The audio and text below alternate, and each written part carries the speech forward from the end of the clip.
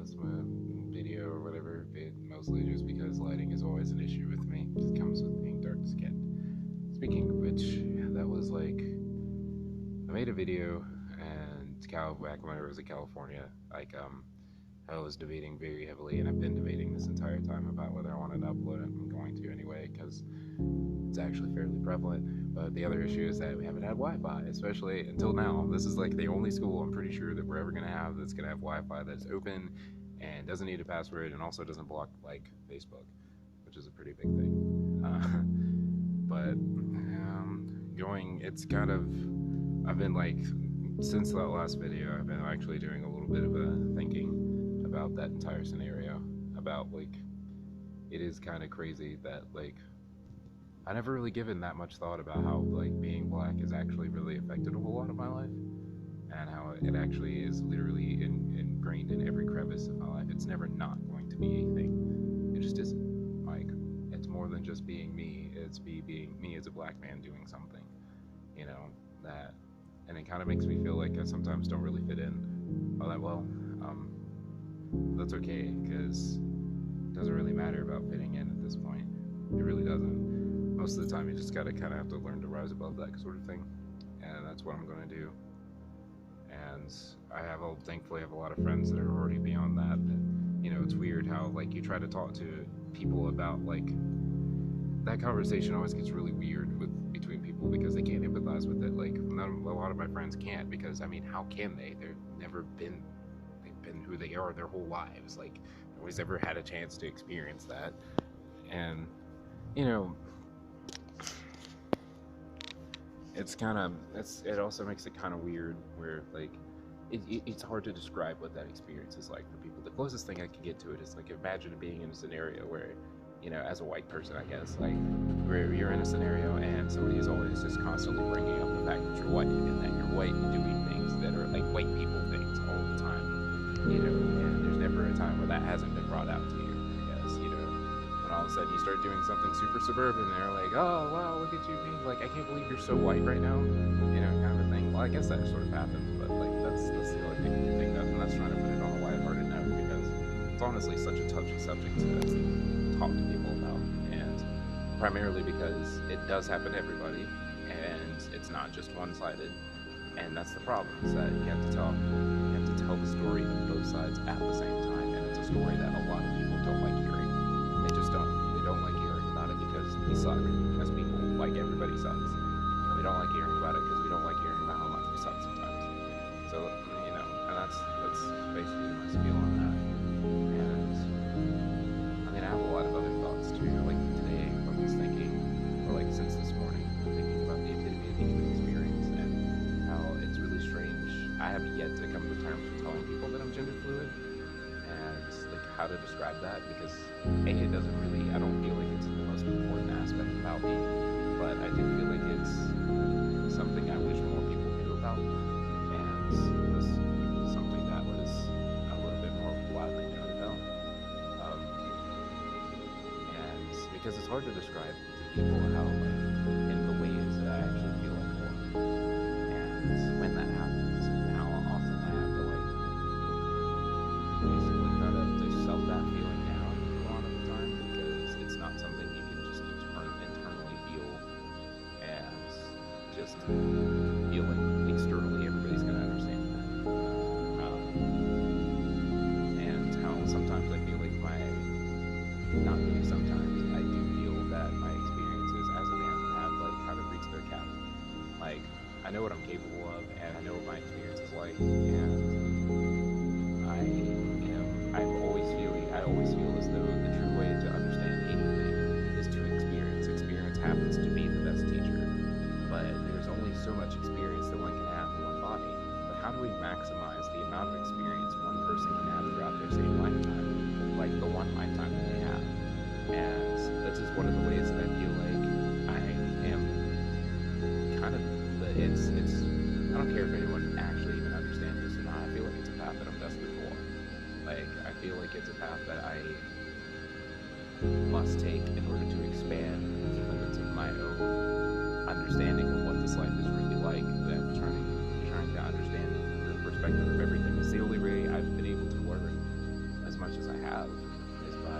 diving into as many different roles as possible, and to actually have that experience, to actually be able to know what it's like firsthand from an emotional standpoint, and from, more than just a fact-based, knowledge-based kind of thing. Like, there's only so many facts that can give you for a scenario, but actually understanding what the emotional toll that a lot of roles take. Without that, you can't really know what it's like. And that's what I'm getting at.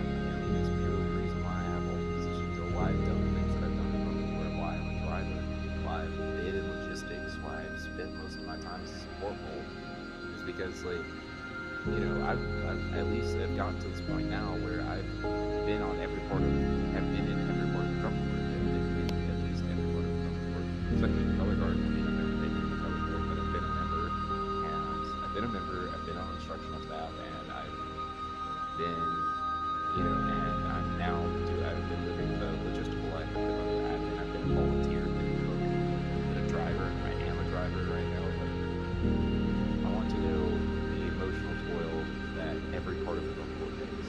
I want to know the emotional toil that everyone has to go through, and I mean that and that's outside of the workforce too. Like, I want to know what it's like to be different people by being myself as a different person. I don't know if that makes sense to anybody, but it makes sense to me. So it's whatever. And I guess that's pretty much what's been running around in my head. I don't think anybody's been watching. I haven't really been caring about the days when I'm gonna upload this video, and probably the last one too. It's kind of weird because I have a breakdown and it's whatever. I'm over it. I'm not really over it, but I mean, I am over it. Like, it's not enough to make me upset anymore. I mean, it used to be something that made me so much more upset than even that. Like, to the point where I was growing, like, even to when I was growing up through, like, middle school and high school, especially moving after moving to Alabama, and, like, I would get to the point where I feel like I wasn't capable of having the friends that I could have, or the only reason my friends were my friends was because I was black. Or, like, every time I wanted to date somebody, it had to be a deal whether I had like black people and he was actually okay with it. And then, like, to the point where it did affect my relationships. It did affect who thought I was attractive, or how people looked at me. It's weird, but it is what it is. And I can either sit here and be really upset about it the entire time, or I can learn to adapt and move forward. And that's basically what I've already chosen to do. That just every now and again it gets really difficult to handle. Just because every now and again it's just like, find somebody that's really attractive, somebody that actually feel like fits you, and it's just like, well, you don't fit the physical aesthetic of what they like, and there's nothing you can do about that. There really isn't. There's nothing that anyone can feel bad about. That's a preference. Like, I feel the same. Like, I hate it for other people. Not necessarily hate it for other people, but I mean, I'm aesthetically not usually drawn to black people. I'm just not. And I feel like that's more of a conditioning thing, maybe because I have, like, lived around black people my whole life. But either way, I just, like, don't find black people as attractive as others. Like, from a physical standpoint, granted, that doesn't mean anything as far as, like, if they would, if anybody has, like, the personality type that fits me, then it doesn't matter what they look like in the end. Like, that doesn't determine exactly who I'm going to fall in love with. At least for me, it's not an issue. It's just aesthetically, if we're going purely by that, that's just not the first thing that comes to mind. And it's primarily because of how the black culture kind of ends up playing out. Like, a lot of personality types don't fit with what I do, and a lot of people that would find me, like, a lot of, like, black people that would find me attractive are generally disappointed to find out that I don't fit the culture. Like, I'm not. And sometimes it's cool with people, and most times it's not. Like, sometimes I feel like generally ends up being like really disappointing to a lot of people. So that's weird, but it is how it is. So let's keep moving forward. But anyway, I'm probably gonna upload this soon. It'd be cool if, like, somebody who started watching this, I would like to have some feedback. It'd be nice if I didn't feel like I was talking to myself all the time. But I am talking to myself while I'm talking to this camera. That's why I'm talking to you, camera. That's why I'm talking to you, cell phone. That's back in my now. That's just, it helps to get these thoughts out, but it also helps to have a little bit of bounce back. To not feel like I'm sitting alone in a gym talking to myself. It's a pretty nice gym though. In JFK High School. in Mount Angel, Oregon. Yeah, it's pretty nice. But yeah. Anyways, you know, stay out, stay hydrated. It's summer. Keep yourself thinking. Always keep yourself open to any opportunity that you may have to expand yourself and your own mind and your sense of self. Don't ever let yourself get bogged down by anything else that is telling you to be something else. Just be you. You know, try to find more ways and more ways to accentuate yourself. Find other ways that you can come into yourself and learn to grow into what you're capable of doing. You know, peace out.